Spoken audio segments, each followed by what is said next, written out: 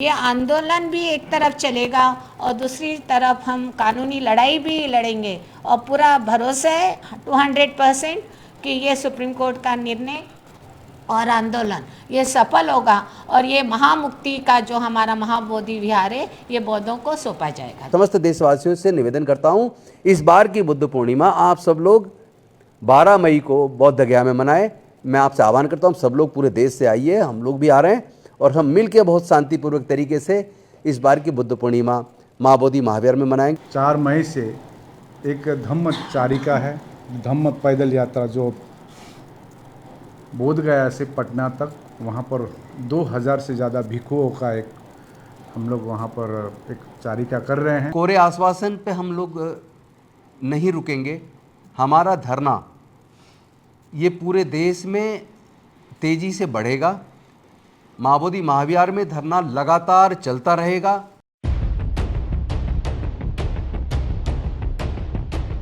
क्या है पूरा मामला बौद्ध गया मुक्ति आंदोलन को लेकर के?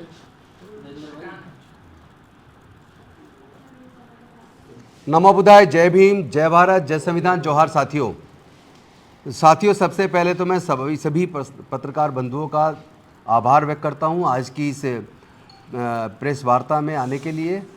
आप सभी को मालूम है कि महाबोधि महाविहार जहां तथागत बुद्ध को ज्ञान की प्राप्ति हुई थी, उस महाबोधि महाविहार को सम्राट अशोक जी ने बनवाया था, लेकिन उसके बाद उसको मिट्टी के नीचे वो दबाया जा चुका था और अलेक्जेंडर कनिंघम एक अंग्रेज़ ने उसको खोज निकाला और उसके बाद श्रीलंका से अनागरिक धम्मपाला जी बौद्ध गया गए और उन्होंने देखा कि महाबोधि महाविहार में कुछ पंडे लोग ऐसे धार्मिक आयोजन कर रहे हैं जिसका तथागत बुद्ध ने हमेशा से जिस अंधविश्वास पाखंडवाद का विरोध करके एक वैज्ञानिक दृष्टिकोण पूरी दुनिया को दिया, तो उस कृत्य को देखकर उसका विरोध अनागरिक धम्मपाला जी ने किया अपने कुछ साथियों के साथ, लेकिन गुंडों ने उनके ऊपर हमला कर दिया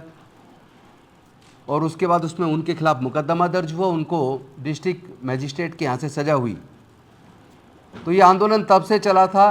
तत्पश्चात कांग्रेस के एक अधिवेशन में भी ये मुद्दा उठा और कांग्रेस ने उस वक्त एक कमेटी का गठन किया और डॉक्टर राजेंद्र प्रसाद जी के नेतृत्व में उनसे उसकी जांच करके रिपोर्ट देने के लिए कहा। रिपोर्ट दी गई, लेकिन चूंकि उस वक्त कमेटी में कोई बौद्ध प्रतिनिधि नहीं था, जिसकी वजह से बौद्धों की बात नहीं हो पाई और जो रिपोर्ट दी गई वो रिपोर्ट एक तरफा थी। और उसके बाद भारत आज़ाद हुआ। 1949 में बुद्धिस्ट टेम्पल मैनेजमेंट कमेटी का कानून बना 1949 में, और उस कानून में ये प्रोविज़न किया गया कि वहाँ का डीएम, गया का डीएम उसका सेक्रेटरी, उसका चेयरमैन होगा और 8 मेंबर होंगे, जिसमें 4 बौद्ध होंगे और 4 मेंबर वहाँ जो पंडे होंगे। तो तभी से लगातार बीटी एक्ट 1949 एक्ट को रिपील करने का आंदोलन अलग अलग समय पर चलता रहा। 92 में भंते सुरई ससई जी के नेतृत्व में बहुत बड़ा आंदोलन दिल्ली में लगभग 1.5 साल चला, लेकिन तब भी झूठे आश्वासन मिले, लेकिन समाधान नहीं हुआ। पिछले लगभग 2 साल पहले ऑल इंडिया बुद्धिस्ट फोरम और तमाम बौद्ध संगठनों ने मिलकर, मिशन जय भीम और अन्य संगठन सब ने मिलकर अल्पसंख्यक आयोग से मुलाकात की। मुलाकात करने के बाद इस समस्या का समाधान करवाने के लिए रिक्वेस्ट किया और उन्होंने आश्वासन दिया कि बिहार सरकार से बात की जाएगी। और वहाँ भी हमारे प्रतिनिधियों को बुलाया, जिसमें आकाश लामा जी भी गए और कुछ और हमारी साथी गए, लेकिन कोई समाधान नहीं हुआ। फिर सितंबर में बहुत बड़ी एक सभा और उसको फिर रैली, शांति मार्च करके बिहार सरकार को ज्ञापन दिया गया, जिसमें लामा जी और तमाम बौद्ध भिक्षु और हम मिशन जय भीम के भी पदाधिकारी, the Buddhist society of India के भी कुछ साथी, सब लोग मिलके सबने वहाँ प्रदर्शन किया, ज्ञापन दिया, लेकिन आश्वासन ही मिला, लेकिन रिजल्ट नहीं आया।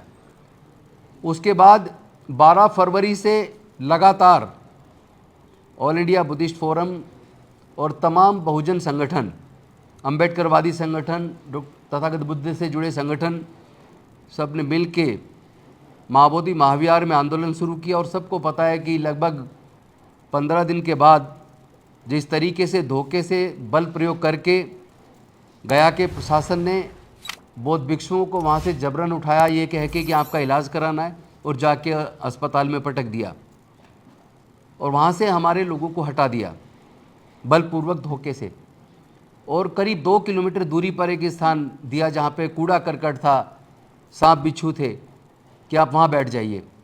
लेकिन हमारे बौद्ध धर्म के मानने वाले लोगों ने अपनी मेहनत से उस जगह को साफ़ सुथरा किया, बैठने लायक बनाया, और वहाँ कंटिन्यूअस आंदोलन आज भी चल रहा है। 70 दिन से ज़्यादा हो गए। अनेकों हमारे सांसदों ने, अलग अलग पार्टी के सांसदों ने संसद के अंदर हमारी इस जायज़ मांग को, बौद्धों की इस जायज़ मांग को अपने अपने तरीके से लोकसभा व राज्यसभा के अंदर उठाया और समाधान के लिए केंद्र सरकार से निवेदन किया, बिहार सरकार से निवेदन किया। उधर बिहार की विधानसभा के अंदर हमारे एमएलए, हमारे साथी सतीश दास जी और कुछ और अन्य साथियों ने मिलके वहाँ पर भी उठाया। कुछ हमारे साथी विधायकों ने महाराष्ट्र की असेंबली के अंदर उठाया। और धीरे धीरे पूरे देश के अंदर ही नहीं बल्कि दुनिया के अलग अलग देशों में, अमेरिका में, ऑस्ट्रेलिया में, कनाडा में, इंग्लैंड में, फ्रांस में, जर्मनी में, अनेकों देशों में ये मांग उठी अम्बेडकरवादियों से और बौद्ध लोगों से कि महाबोधि महाविहार को बौद्धों के सुपुर्द इमीडिएट कर देना चाहिए, बीटी एक्ट 1949 एक्ट को रिपील कर देना चाहिए।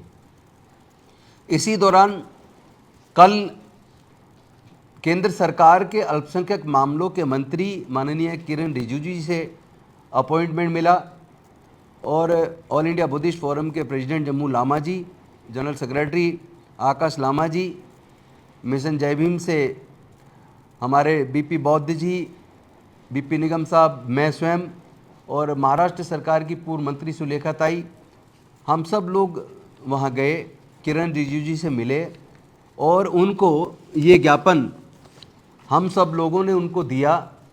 उन्होंने बहुत ही धैर्यपूर्वक शांति से हमारी बात को सुना और बड़ी सकारात्मक चर्चा की। उन्होंने आश्वासन दिया कि सरकार भी इस मुद्दे पर गंभीर है और उनके आश्वासन के हिसाब से उन्होंने कहा कि इस समस्या का समाधान होना चाहिए, वो भी इस बात को मानते हैं। उन्होंने आश्वस्त किया है कि इस पर अतिशीघ्र सकारात्मक कार्रवाई की जाएगी।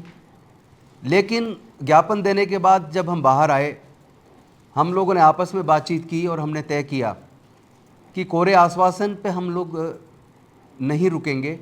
हमारा धरना ये पूरे देश में तेज़ी से बढ़ेगा। महाबोधि महाविहार में धरना लगातार चलता रहेगा। देश के अलग अलग राज्यों से लोगों को जोड़कर कोऑर्डिनेशन किया जाएगा और इस आंदोलन को और भी विशाल और विस्तृत बनाया जाएगा। और जो लोग भारत से बाहर के देशों में बौद्ध लोग रहते हैं, अम्बेडकरवादी लोग रहते हैं, वो लोग भी हमारी पूरी टीम के साथ जुड़ गए हैं। पूरे देश के अंदर जितने बौद्ध संगठन हैं, अम्बेडकरवादी संगठन हैं, वो तमाम लोग भी जुड़ गए हैं। और जितने हमारे बहुजन समाज के अम्बेडकरवादी सांसद और विधायक हैं, उनमें भी काफ़ी सकारात्मक सोच डेवलप हुई है, वो लोग भी संपर्क में हैं। हमने तय किया है कि इस आंदोलन को हम लगातार बहुत मजबूती से चलाएंगे जब तक महाबोधि विहार बौद्धों को नहीं मिल जाता, उसका पूर्ण संचालन, जब तक बीटी एक्ट 1949 एक्ट पूरी तरह से रिपील नहीं हो जाता, तब तक हमारा धरना लगातार जारी रहेगा और इसको हम राष्ट्रव्यापी और अंतर्राष्ट्रीय आंदोलन के रूप में और ज़्यादा तेज़ी से आगे बढ़ाएंगे। अब मैं चाहूँगा कि हमारे ऑल इंडिया बुद्धिस्ट फोरम के जनरल सेक्रेटरी, जो लगातार 2 साल से मैं खुद देख रहा हूँ लगातार इस आंदोलन को नेतृत्व दे रहे हैं, आकाश लामा जी लगातार हमारे धरने पे भी बैठे हैं। मैं चाहूँगा कि वो कल की मुलाकात पे प्रकाश डालें।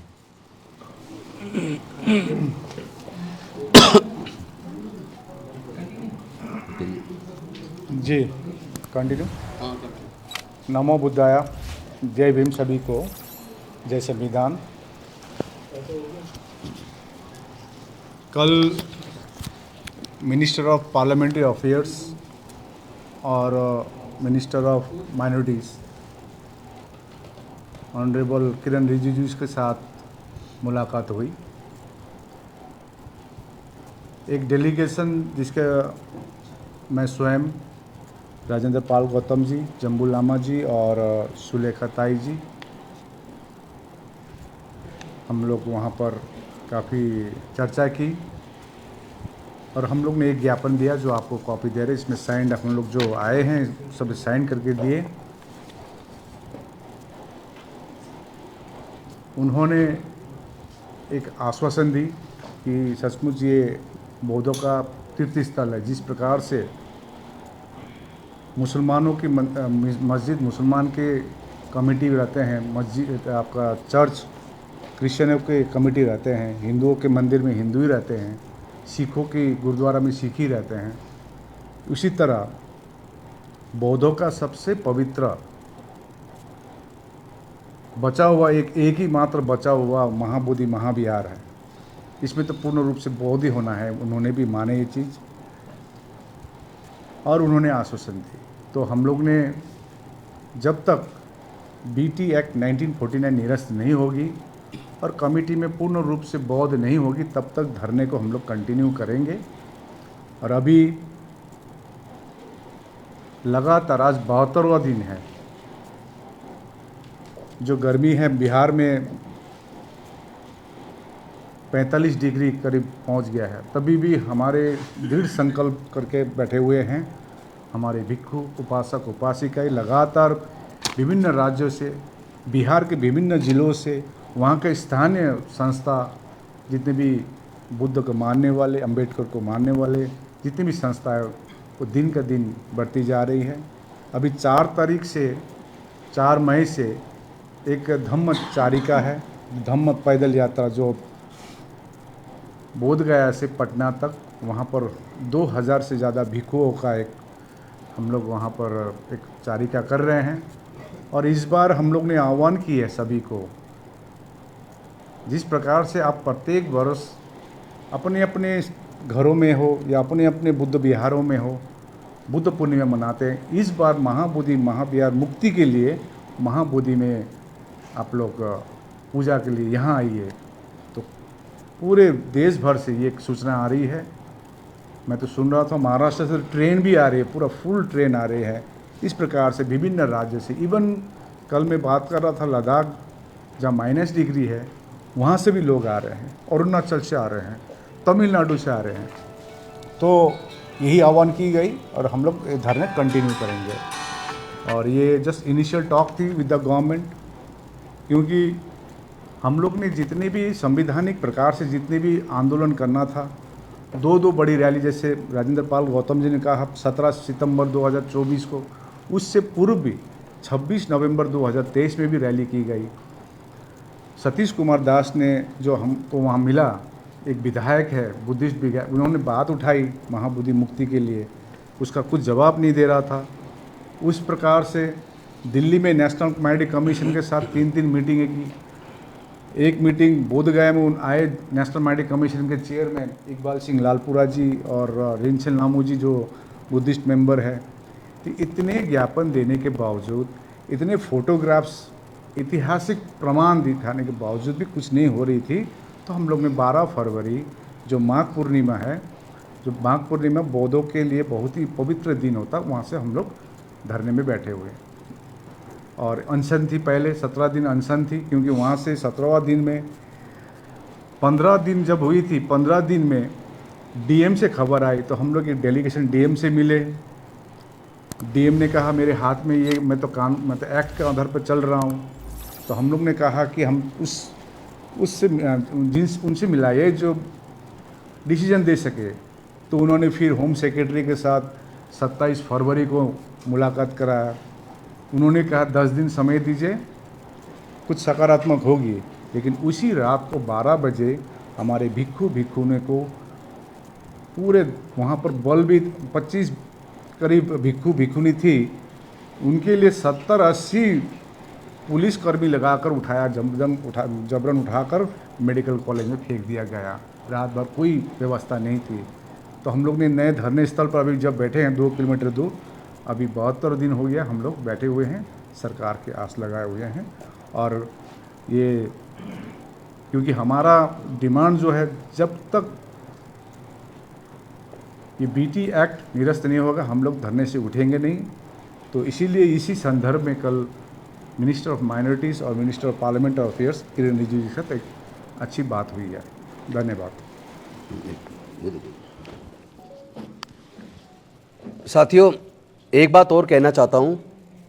हमने पर्सनली देखा कि जो बुद्धिस्ट टेम्पल मैनेजमेंट कमेटी है, उस कमेटी को जो वहाँ पे जो चंदा चढ़ता है हजारों करोड़, वो जो बौद्ध धर्म के प्रचार प्रसार पर, बौद्ध बुद्धिज्म पर, रिसर्च पर, पाली भाषा पर जो या बौद्ध साहित्य पर जो खर्च होना चाहिए, या जो पूरे दुनिया से जो बौद्ध लोग आते हैं बौद्ध गया, उनके लिए जो कोई सुविधा की चीज़ें होनी चाहिए, उनके लिए जो सराय होनी चाहिए, लॉजेस होनी चाहिए, ऐसी कोई व्यवस्था ये मैनेजमेंट कमेटी उस पर पैसा नहीं खर्च करती है। तो सवाल ये है कि फिर वो पैसा खर्च करते कहाँ हैं? अगर बौद्ध मंदिर पे चढ़ावा बौद्ध विचार को बढ़ाने के लिए, बौद्ध साहित्य पर, बौद्ध पाली भाषा पर और रिसर्च वर्क पर अगर नहीं होता है खर्च, और बुद्धिज़्म के विकास पर नहीं खर्च होता, बुद्धिस्ट विचारधारा को फैलाने पे नहीं होता है, तो फिर महाबोधि जो सोसाइटी है, जो मैनेजमेंट कमेटी है, वो है किस लिए? फिर उसका काम क्या है? तो इसलिए ये बीटी एक्ट तो रिपील होना ही चाहिए। और मैं समस्त देशवासियों से निवेदन करता हूँ, इस बार की बुद्ध पूर्णिमा आप सब लोग 12 मई को बौद्ध गया में मनाएं।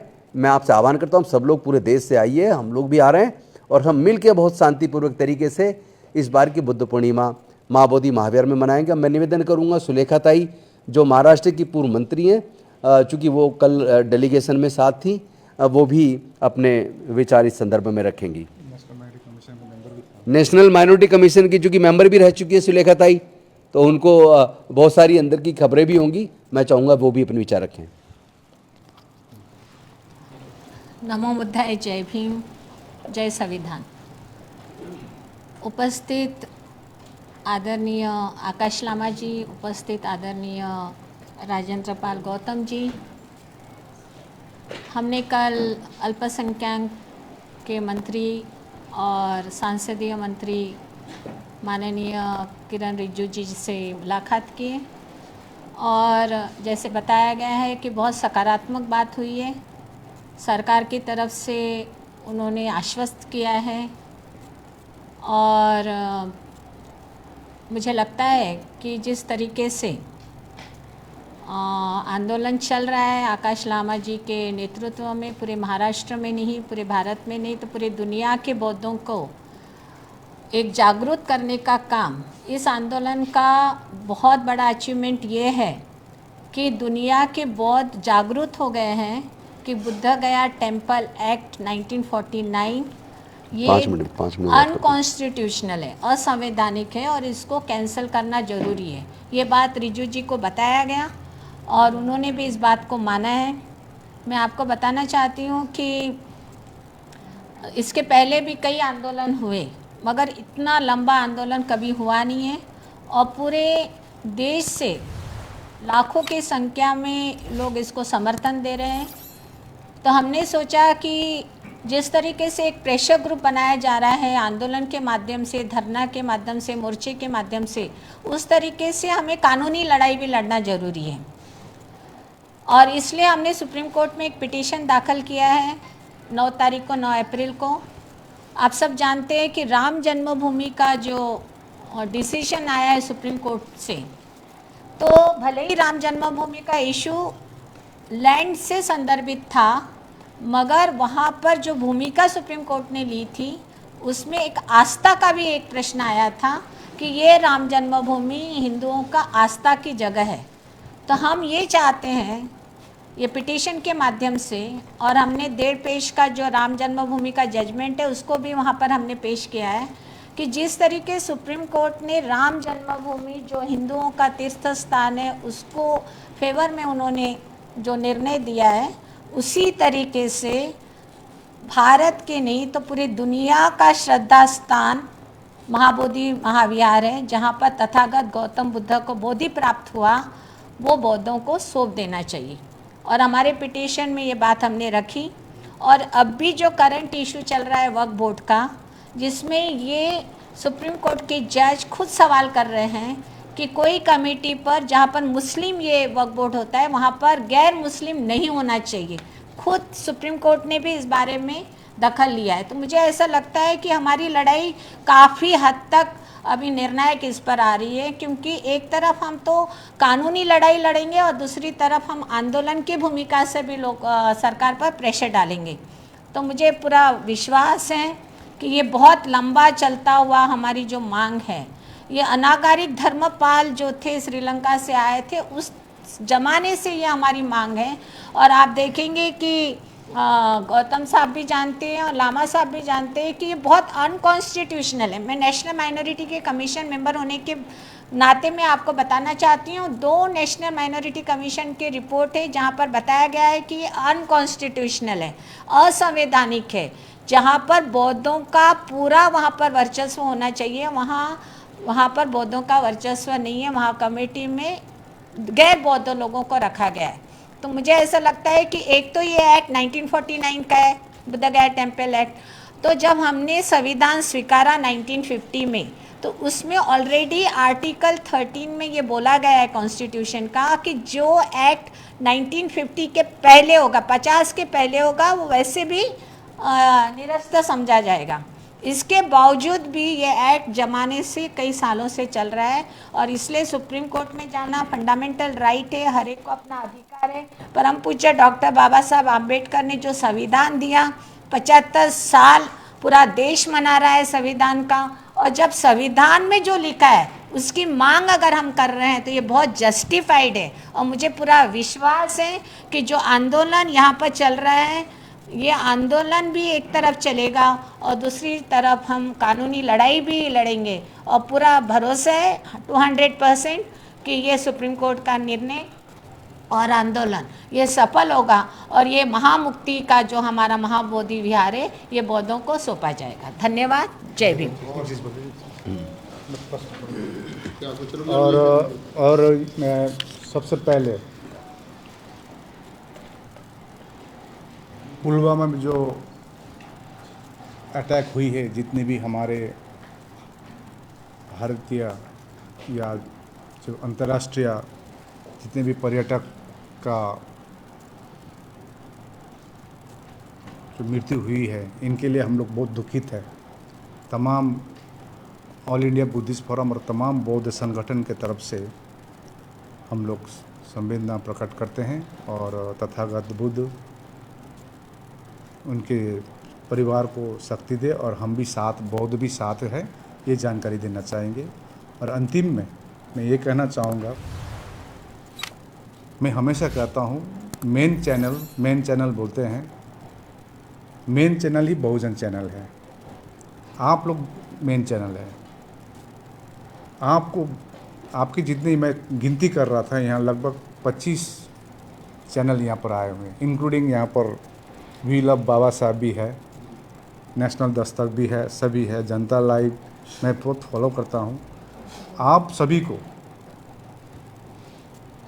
तमाम बौद्ध संगठन आपका ऋणी रहेगा, क्योंकि आप ही के कारण ये जो महाबोधि आज घर घर में बीटी एक्ट 1949 क्या है, एक बच्चा भी बोल रहा है अभी, तो आपका एक बड़ा भूमिका है। इसके लिए तमाम बौद्ध संगठन की तरफ से आप बहुजन मीडिया का बहुजन मीडिया आभार व्यक्त करते हैं हम सब। आभार व्यक्त करते हैं। धन्यवाद।